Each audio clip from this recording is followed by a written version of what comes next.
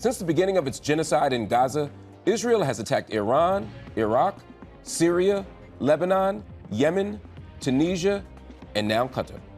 On Tuesday, the Netanyahu government carried out an unprecedented strike in Doha that has shocked the region and the world. So what's left of international law and a rule-based order? Is there any hope for diplomacy when negotiators are assassinated? And can the U.S. rein in Netanyahu and Israel? An UpFront special.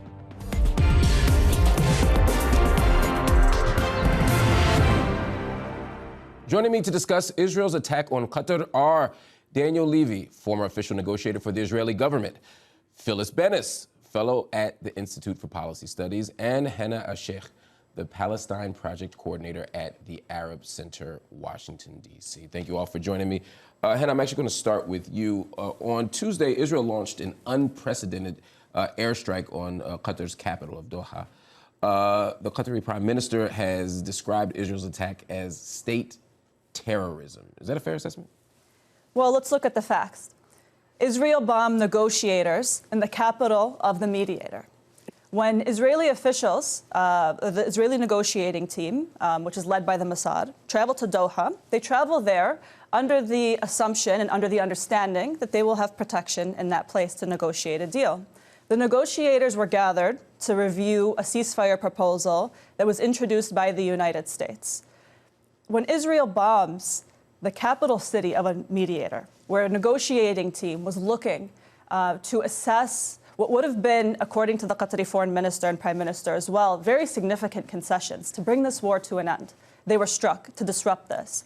So when Israel strikes, they are not just trying to kill mediators. They are trying to assassinate the concept of diplomacy itself, to assassinate the concept of mediation, and to assassinate the concept of conflict de-escalation. This is quite concerning. And I think there's good reason to accept this assessment.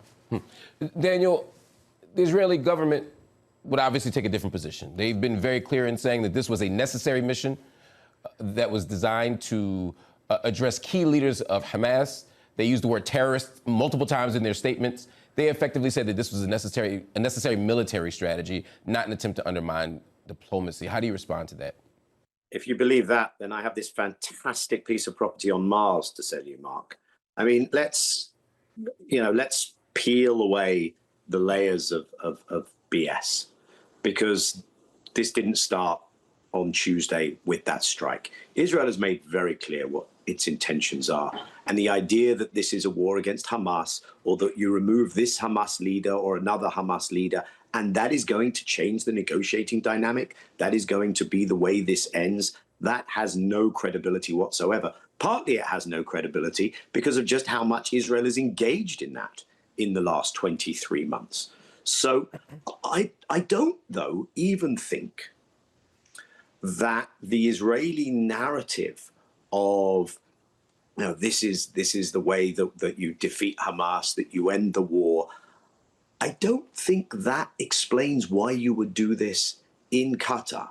I don't think Israel needed to carry out such a covert, in-your-face operation in order to upend the talks. They've successfully upended the talks without conducting a strike on Qatari sovereign territory until now, and they didn't need to do it now. So I think you have to look for the explanation here somewhere else, which is where this fits into the Israeli project of trying to assert regional hegemony and subservience by saying, we can strike anyone, anywhere, you have no military answer to us, therefore bend the knee. And that's what I think was going on. But why in Qatar? I mean, you're talking about the mediator. You're talking about a nation that has been instrumental in peace talks. It would seem to me that they could be shooting themselves in the foot, pardon the expression. Well, but to say that, you have to begin with the premise that Israel has some interest in a successful outcome to this mediation. And that's just a mistaken premise from the get-go. Yes, this is particularly egregious, as was just outlined. Israeli negotiators, the Mossad chief, ministers, have gone back and forward under the auspices of Qatar, because Qatar's not freelancing here. Qatar is the mediator acknowledged by both parties, by the other mediating parties, by the US. So you've really got to be going out on a limb and trying to assert something to do this in Qatar. And I think the answer is they did this because they could. And they wanted to send the signal that it does not matter if you have a large American base in your country. The Americans won't be there for you, and you are therefore going to have to accept our dominance. Do you have an answer to that? And actually, as an analyst, the question I would ask is, the countries that are going to convene in Doha shortly, the countries in the region who have expressed support, do you have more than that? Can you put on the table a credible deterrence containment position of an alliance that can actually stop Israel from doing this? Because if you can't, then this continues, whether it's in Doha or elsewhere. Israel has, of course, struck several other regional states, whether that's Syria, Lebanon, Iran, Iraq, of course, the destruction in Palestine, the ethnic cleansing and genocide there. And we saw in Tunis at the same time as this attack on Qatar, on the global Sumud flotilla, the Gaza aid flotilla. Israel's ambassador to the United States has now warned that if Hamas leaders survived, they'll be hit again. He stated, "We have put terrorists on notice. Wherever they may be, we're going to pursue them, and we're going to destroy those who will destroy us." That's pretty ominous. Should we expect to see another strike soon? Well, I think we've been seeing strikes all along. What Daniel said is very important. Israel, just in this last year and a half, year and 3/4 that we've seen since the beginning of the genocide in Gaza, has attacked 7 countries in the region. That's not nothing. That's about asserting this kind of dominance. The reason this was such an important escalation, which both of my colleagues have spoken to, is precisely because of that giant base that exists in Qatar. Qatar is a tiny country, right? It's the size of Connecticut. You can drive through it in a couple of hours. And in the middle of this tiny country is this enormous US military base, the biggest one in the region. It's an air base. And it controls, well, maybe it doesn't control completely, but it has complete access to the airspace. They know exactly what's going on there and could have stopped the missiles from going in. There's no question that the US knew about this, green-lighted it, officially or unofficially. Because as of now, we have no confirmation of that. There is no confirmation right. that we're still investigating. Either, but Absolutely. I believe it to be true because it's so consistent. The arrogance, the disdain of the Israeli leadership, most importantly, Benjamin Netanyahu, but others as well, have been very clear that they count on the U.S. supporting them regardless of what they do, regardless of what the president says, whether it's President Biden saying he's heartbroken at a strike, the most recent Israeli strike that's killing numbers of Palestinian civilians, or whether it's President Trump saying that he didn't like the fact that it happened in Qatar. He said in his normal articulate way, "I was not thrilled." He was not thrilled. I'm sure he was not thrilled, but there's an interesting point there I want you to think about, right? Because Qatar is considered a major U.S. ally. They have a major military base, as you pointed out. There's about 10,000 U.S. military personnel there. They welcomed President Trump there in May. There does seem to be something to the argument that the U.S. really didn't want this to happen. I think the U.S. might have preferred that it not happen exactly at the moment when there was this illusion of negotiations, which we have seen so many times before. Israel has agreed. Now, will Hamas agree? Well, Hamas might not agree. We know that there was a 100-word presentation from our president with our tax money to Hamas saying, if you do this, the text of it is quite astonishing. All hostages would be released. The numbers of Palestinian prisoners were said to be consistent with the past, and a 60-day ceasefire. All they would get in return is the promise of some negotiations, and that there would be a guarantee of a ceasefire as long as the negotiations go forward. Yeah. That gives Israel a veto. As soon as they walk away from the negotiations, there's no ceasefire. As Daniel was saying, this is a moment when Israel is asserting its role as a regional hegemonic power. It's the junior partner of the U.S. in the region, and it wants to be sure that all the other countries understand it. We saw in the beginning of the second Trump administration a bit of a shift in his first trip. When he didn't go to Israel on his first trip, he visited all the Arab states, especially the Gulfies. They wanted that. They wanted that statement from the U.S. that in the context of the so-called Abraham Accords, that this is a new era for the Middle East, right? And that in this era, the Arab states are going to be much more important Arab allies. If this is all true, if the U.S. was indeed blindsided by the attack, even if they have a long-term interest in that happening, if this is to upset negotiations, if this is unsettling to peace in the region, is it safe to say, Hanna, that Netanyahu and Israel have just gone rogue? Well, I think we have to look at how this is built up over time.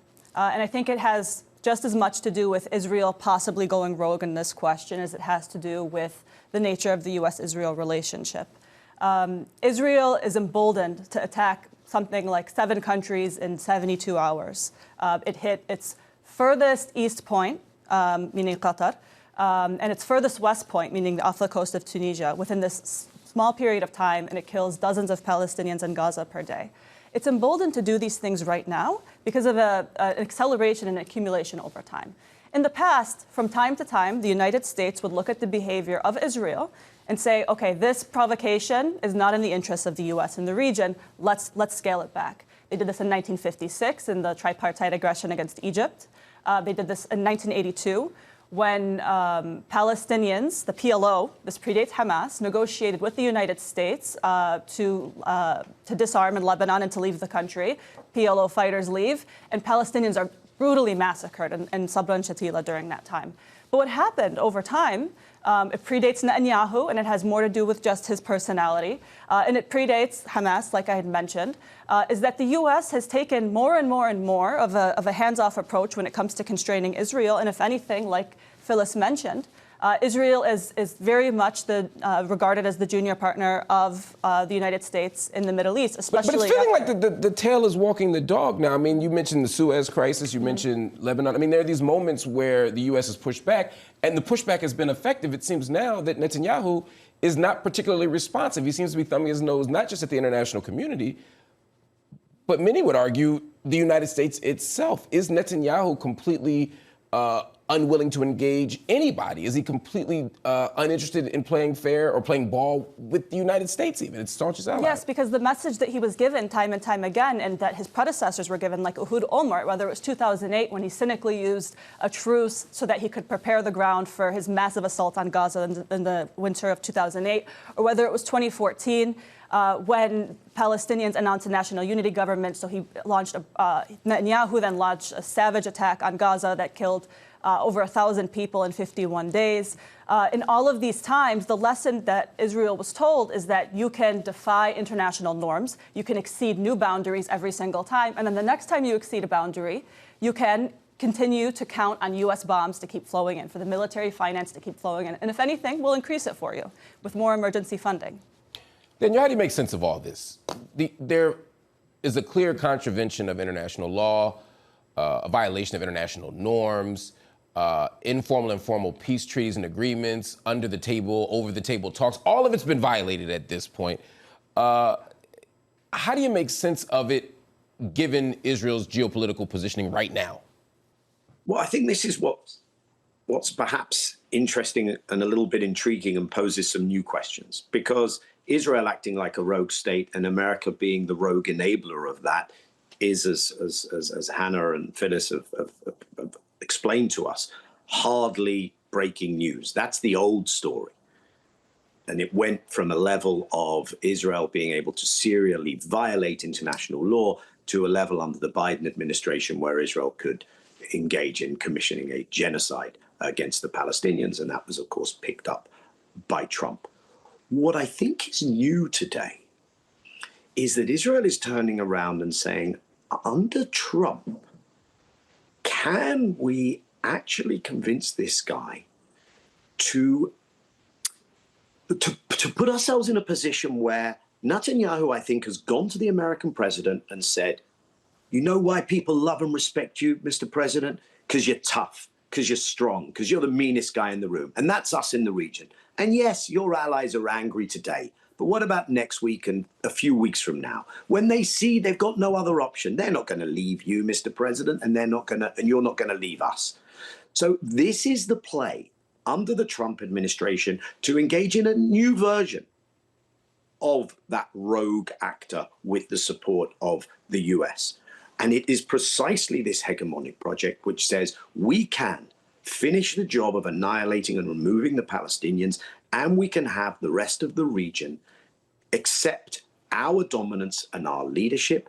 And Netanyahu's gamble is that when I dare you to do anything about it, you don't have a response, either in terms of using your leverage with the US or in terms of coming together and creating your own alliance, or in terms of accelerating your hedge and looking elsewhere. Because the geopolitics of the world we live in are shifting. You don't need to exclusively rely on the US. In fact, you don't need to rely on the US. The pictures just a few days before this happened out of Tianjin in China of the Shanghai Cooperation Organization meeting of Xi, Putin, and Modi tell a story. It's a story that one asks, is the West Asia region, is the Gulf, is the Middle East paying attention to the Israeli gamble? The American gamble is they will come running back to us. I would argue there is no Pax Americana to go running back to because America has vacated the field of geostrategy. This is just run as a mafia corporation. And if people wake up to that, then the Israeli strike will be very consequential. Is that an extension of just U.S. foreign policy in the Middle East over the last 10 to 20 years? Or is that unique to Trump and his particular investment in the Abraham Accords? Is this a Trump thing or is this just a U.S. thing? There is continuity and there is change. I would argue that there are elements of this that are qualitatively different. The Saudis saw in 2019 at Abqaiq when their oil field was attacked, Trump didn't come forward. The Qataris are seeing that this is different because this is America's ally. This is, as I think it seems clear, this couldn't have been done without America knowing about it. And that's one of the things Israel is relying on, by the way. Israel wants this rumor mill to go around that says, well, if the Americans knew, come on, the Qataris knew. Israel is trying, I would argue, to make every leadership in the region look weak, look emaciated in the eyes of its own people, so that it is even more reliant on America and by extension on Israel. And that's a real challenging question that people are going to have to answer. As to the criminality of the act, if I may, let me just add the following. If what Netanyahu has told us, that it's legitimate if you're harboring a terrorist, that we can go after you anywhere, of course, that's a violation of international law. And if that's the case, then there is a gentleman who is the prime minister of a country that has an ICC arrest warrant against his name for war crimes. His name is Mr. Netanyahu. Hanna, what does this mean for Palestinians? I want to bring the focus back for a moment to the people who are suffering right now, the people who are under the thumb of a genocide. What does it mean for there to be this kind of regional reorganization? What does it mean for peace talks to be disrupted again? Are we going to see a prolonged genocide? Does this lengthen the suffering? What does it mean? It means that they're going to be crushed now not only under the bombs, but under the total collapse of the international community. That's what Palestinians are dealing with. And it looks like Gaza is headed towards total annihilation as an ancient city, Gaza City, is being destroyed, as the remaining high-rise towers are being crowded, as Israel is bombing makeshift tents that refugees are living in, as 6 Palestinians on September 10th starved to death. As all of this has happened, the West Bank is now looking. There are already tens of thousands of displaced Palestinians in the northern West Bank as Israel is announcing annexation. By the way, after the United Arab Emirates, who is in the Abraham Accords, told Israel that they will reconsider their participation in this agreement if they are to annex the West Bank. And how does Israel thank them? They announce plans for annexation. And so there are serious threats on Palestinians in the West Bank. There are actually serious threats against Palestinian citizens of Israel as well in the future. If Israel succeeds in its mission to ethnically cleanse Gaza, or to ethnically cleanse most of Gaza and to reoccupy it, they can then expand to what they always saw as the more valuable territory, which is the West Bank, and take more and more of it to push out more and more Palestinians. Jordan's peace deal with Israel is totally irrelevant in this formula as well. They will push Palestinians, more Palestinians from the West Bank into Jordan. And so Palestinians are waiting with bated breath to find some sort of intervention from the international community. Daniel. What Israel has done has, I think, put these possibilities more on the table than ever. Because the gamble, that I've called it, lies in the fact that this looks like it could well be hubristic overreach on the part of an Israeli leadership that may be misreading the global map and the opinion map and how people are looking at the crimes Israel has committed, how radicalizing and destabilizing an impact that has on the region. That governments, whether in the region or elsewhere, who probably don't want to take steps, but Israel is forcing them to come to terms with the reality that Iran isn't the biggest threat in the region. I think there are conversations on the cusp of taking place or taking place already in terms of how does one begin to contain this. And there is, and this is important, again, it doesn't translate into policy quick enough, but there is a change in how brand Israel is perceived, how publics are willing to mobilize. Inside Europe, you've seen a series of countries also elsewhere, Western allies of Israel, recognizing Palestine. I would say that is a hollow gesture, but I would say that gesture came from a place where they felt they had to do something because their publics are disgusted by what they see in terms of the crimes being committed against the Palestinians. I think the signal to those people everywhere in the world is not that this is futile and hopeless, but that the sands are shifting and we can push this over the edge, because that will be what gets Israel to a place where it has to reconsider its actions. There is a debate inside Israel, but it is not the kind of debate that has yet created an incentive structure where a different set of choices are going to be made. And that can be changed. Can I just say one thing about the change in the United States that I think all the political leadership, but particularly the leadership of the Democratic Party, ignores at their peril? That is that 77% of Democrats say no more aid to Israel. That's huge. When there was a poll several months ago to find out, really to look at why did people not vote for Kamala Harris in the last election, the expectation was that the main reason would be the economy, that the economy was in terrible shape. Turned out that wasn't the main reason. The main reason was Gaza. People were given 6 options, and these were a very specific voter bloc. These were people who voted for Biden in 2020 and did not vote for his successor, Kamala Harris, in 2024. It included people who voted for Trump the next time, who didn't vote at all the next time, who voted for members of Congress but didn't vote for president, or who voted for a third party. It included all of those. And they were asked, what's the single most important reason? We know you have many reasons. What's the single most important reason you did not vote for Kamala Harris in 2024? The answer was Gaza, 29%. We've never seen numbers like this. The Democrats show no sign of it. The gap between the elected leadership of that party and its political base is massive and widening. Hanna, I'll give you the last word on this. In light of those shifting tides, the reorganization of the Middle East, and the immense suffering on the ground, how likely are we to see any reining in of Netanyahu, any reining in of Israel in the foreseeable future?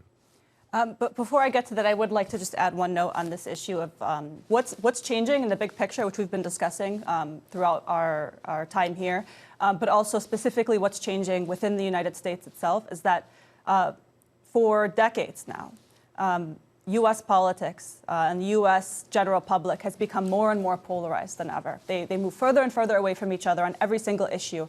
But in recent years, and actually still during the current Trump term, actually, if there's one issue that the parties are starting to slowly inch towards each other more on, it's the question of arms to Israel. It's the question of Palestine, is the one thing that's sort of changing here. And so the big question is, will this start to cost the MAGA movement? Will it start to cost Donald Trump? Will it start to cost who is in power at this moment? This is one thing that over time could possibly lead to some sort of change. Now, if we're to take a step back to get to your question about what could possibly rein Netanyahu in, I think there's one pattern that hasn't changed over a long time, and that is the United States. If there is some sort of unified military action, whether that means we're bringing in UN peacekeepers, I should say, or we're bringing in some sort of coordinated Arab military response, which seems highly, highly, highly unlikely. At any rate, the United States still does have the final word. No matter how much we might be headed towards a multipolar world, no matter how much there might be big changes within the region, this is still who has the final word and will in this situation as well. Right. I want to thank you all for joining me. Daniel Levy, Phyllis Bennis, Hanna Alshaikh, thank you so much. Everybody, that is our show. Up Front, we'll be back next week.